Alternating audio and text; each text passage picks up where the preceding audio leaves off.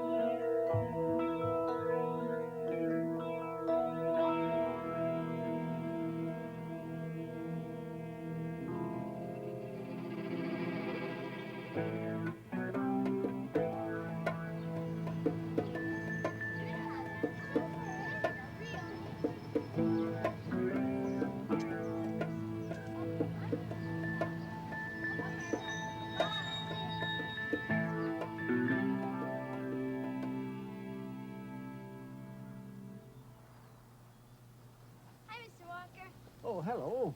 Would you like a copy of the Herbertville Chronicle? I sure would. Thank you. Have a nice day. Yes, same to you, dear.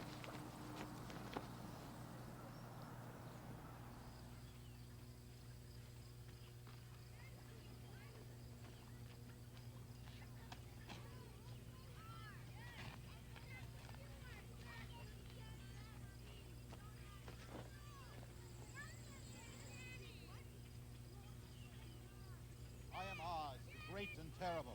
Who are you and why do you seek me? I'm only a scarecrow stuffed with straw. I haven't any brains at all. I was hoping you could put some brains into my head instead of straw. Well, then I could say lots of intelligent things and think whenever I wanted to. Why should I grant your request? Well, because you are a great wizard. Is that all you desire? Yes, but my friend the Tin Man would like to see you. Send me the Tin Man.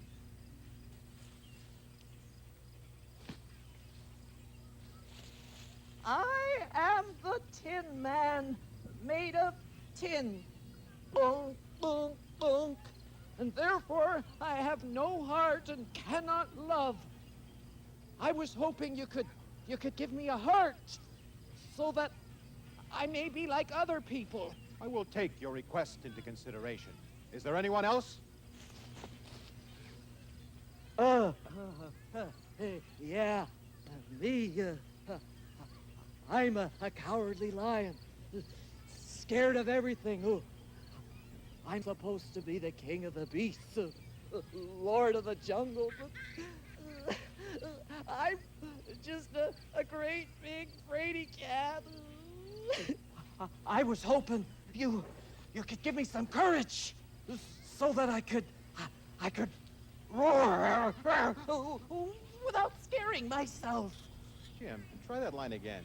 It might be funnier with a big roar instead of a little one. Okay, big roar. I was hoping you could give me some courage so that I could roar. Roar, roar, roar, without scaring myself. Yeah, that's good. Let's take a break. I thought you were very funny. Oh, thanks. I'm from the Herbertville Chronicle. Do you have time to answer a few questions? Sure. Hey, Barry, come here. I'm Jim, and this is Barry. Barry, this is... Lynne Davis. Hi. Lynn's from the Herbertville Chronicle. She wants to interview us. Sure. Here, have a seat. Thanks. Well, I'd just like to ask a few questions. Who are you, and what are you doing in the park? We're trying to raise money for the Save the Park Fund. Our group is called the Kings Park Players. And there are 3 others besides Jim and myself.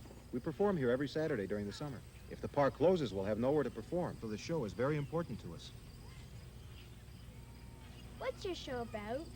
Words. Words and voices. You see, our group believes that words are extraordinary things. They all have such meaning.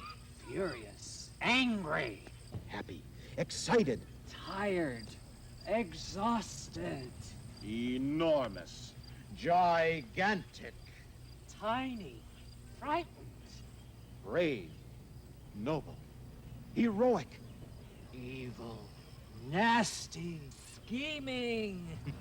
Oh, you really make those words come to life. Words can conjure up an image in the mind. Then we use our voices to bring these images to life, to help the mind see the meaning of the words that are lying on the page. Heh. Rats. They fought the dogs and killed the cats, and bit the babies in the cradles, and ate the cheeses out of the vats, and licked the soup from the cook's own ladles, split open the kegs of salted sprats, made nests inside men's Sunday hats, and even spoiled the women's chats by drowning their speaking with shrieking and squeaking in 50 different sharps and flats. Oh, I can just see those rats. I'd hate to have been there. That was part of a poem called The Pied Piper of Hamelin by Robert Browning. I hate rats. So did everyone in Hamelin. The Pied Piper agreed to get rid of them by playing on his pipe.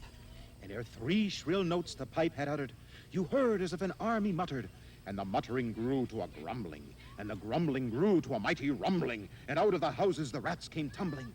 Great rats, small rats, lean rats, brawny rats, brown rats, black rats, gray rats, tawny rats, grave old plotters, gay young friskers. Where did he take the rats? For that, Lynn, you can either come back to the performance on Saturday, or you can read that poem for yourself. What was the name of the poem again? The Pied Piper of Hamelin by Robert Browning. Let's rehearse our song now, Jim. Here's another good way you can tell a story. In a song? In a song. Now, why don't you move over there, and we'll show you.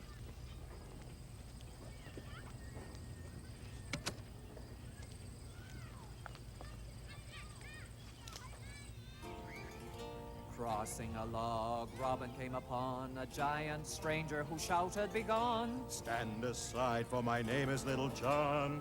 Among the leaves so green, oh, Stand aside. give way! Let me by. Why not try? My blow. Too slow! Fighting to and fro. among the leaves so green, oh, Oh, I'll fight all day. and I'll fight all day, good blow. Bravo! Fighting to and fro among the leaves so green, oh. They fought all day and then all night. Little John hit Robin with all his might. Into the river, it was such a sight. Among the leaves so green, oh. Sing the merry men, we're the merry men. Sing then again, sing then again. Merry, merry men, among the leaves so green, oh. That's great. It's really fun hearing a story in a song. Well, the adventures of Robin Hood and his merry men make an exciting story. Maybe I should try reading that, too. Now it's your turn to entertain us, Lynn. Do you know any poetry? Not really.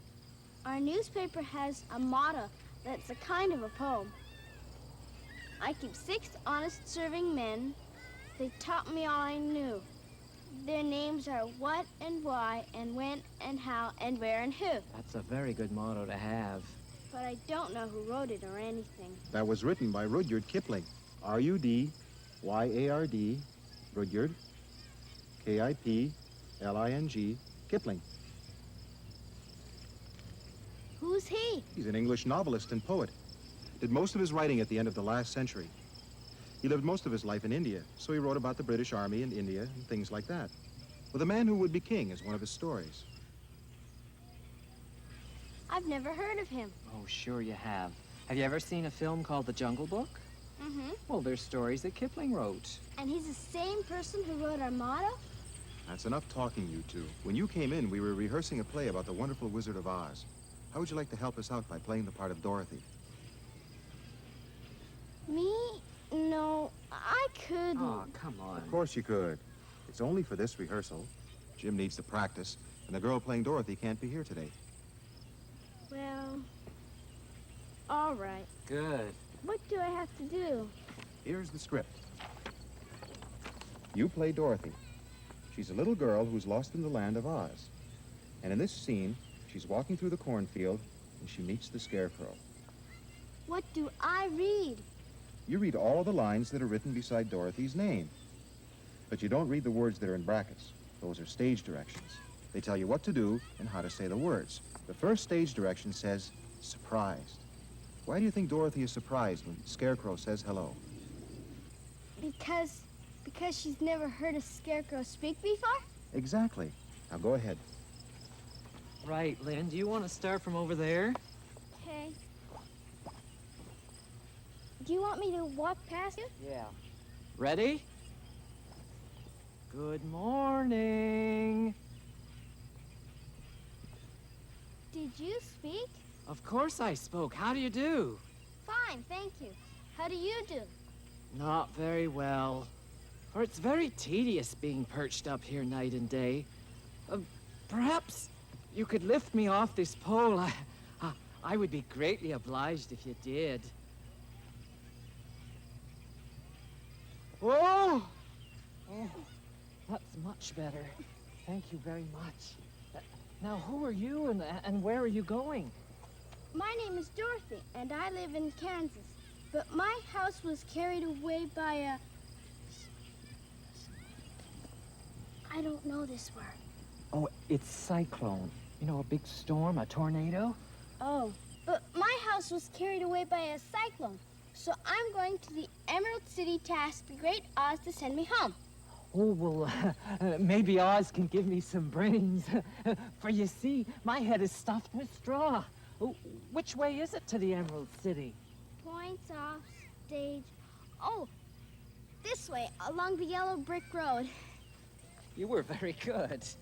It was fun, but I have to finish delivering my papers. See you Saturday.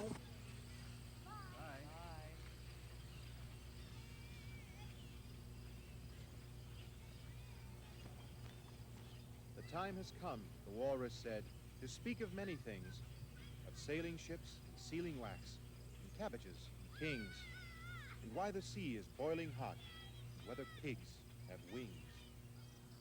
Trapped again on Trialvaran, the girls were confronted by a large wooden door. As they timidly opened the creaking door, a fierce, roaring tiger leapt at them. Good day, young lady. You read that very well.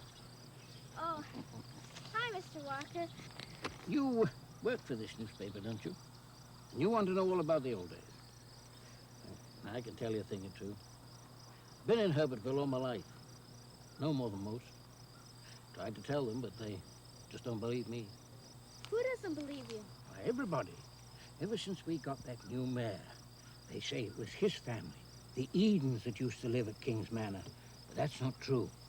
Edwards, that was the name of the folks that lived in the old manor. Are you sure? Oh, of course I'm sure. 9 years old I was when the manor burned down. Watched the fire from a bedroom window. It was the Edwards family that was burned out. Tried to tell people, but I'm old. They tell me my memory's gone, that I got the names mixed up. Huh. You haven't got the names mixed up, Mr. Walker. It was Edwards. I believe you. I know you're telling the truth. But how can we get everyone else to believe us? We need some kind of proof. About what?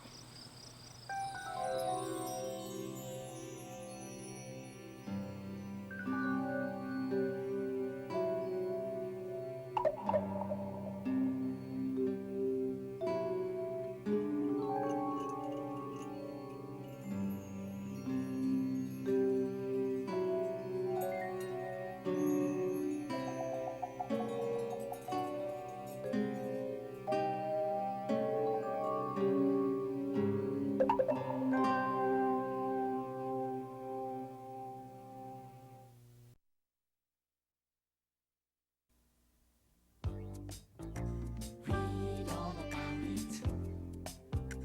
Discover all the